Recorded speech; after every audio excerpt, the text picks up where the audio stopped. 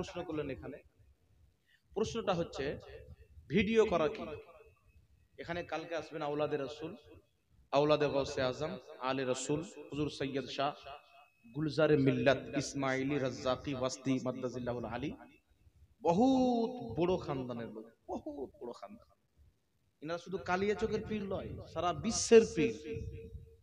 এমন একজন মহান ব্যক্তি আসবে, আমি কি বলবো আপনারা হয়তো এর আগে দেখেছেন। কালকে খালি চেহারাটা দেখবেন আর মিলিয়ে নেবেন যে হ্যাঁ এরকমই হয়। আল্লাহ আল্লাহ দেখেই আপনি বুঝে যাবেন। উনি আসছেন উনাদের নিকটে, আলা হযরতের নিকটে, মুফতি আজম হিন্দের নিকটে, তাজুস শরিয়ার নিকটে, মানে আপনার আহলে সুন্নাতের এক জামাতের নিকটে ভিডিও রেকর্ডিং করা হচ্ছে হারাম।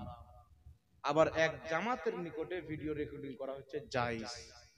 আহলে সুন্নাতের মধ্যে এটা হচ্ছে ইখতিলাফ, আর এটা আকীদার মাসআলা নয়, এটা হচ্ছে ফুরুই মাসলা। আর ফুরুই মাসলা ইখতিলাফটা হচ্ছে রহমত। নবী বলেছেন আমার উম্মতের ইখতিলাফ হচ্ছে রহমত। কথা বুঝেছে? তো যাদের নিকটে জায়েজ আছে তারা করবে, যাদের নিকটে জায়েজ নাই তারা করবে না। এই নিয়ে মারামারি করে সুন্নিতে ফাটল সৃষ্টি করা যাবে না। আমি নিজেই ক্যামেরা করাকে জায়েজ মনে করি না, আমার মজবুরি আছে। আমার বক্তব্য শুনে যদি 10টা লোক পথ দেখতে পাই, 10টা লোককে আল্লাহ হেদায়েত দেয়, আমার একটু গুনাহ হোক, 10টা লোকের ঈমান তো বেঁচে যাবে। আর আজ পর্যন্ত আলহামদুলিল্লাহ আমার হাতে 17 জন ওয়াহাবি কলমা পড়ে সুন্নি হয়েছে। সুবহানাল্লাহ, 17 জন ওয়াহাবি। তার কারণ আমি বলছি আল্লাহ আমার একটু গুনাহ হয় তুমি মাফ করে দিও। কিন্তু কোন ওয়াহাবি যদি সুন্নি হয়ে যায় আলহামদুলিল্লাহ, এটা খুব বড় কথা। তার কারণে এগুলো নিয়ে মারামারি করার দরকার নাই। এখানে আজকে করলেন আমরা করি, ঠিক আছে, অসুবিধা নাই। কালকে এখানে কেউ ক্যামেরা লাগাবেন না, কালকে কেউ আসবেন না।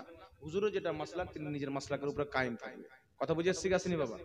বুঝতে পেরেছেন? আল্লাহ বুঝার তৌফিক দান করুক। অনেক আলোচনা করা হলো, এগুলো সব হচ্ছে আমাদের হুজুর।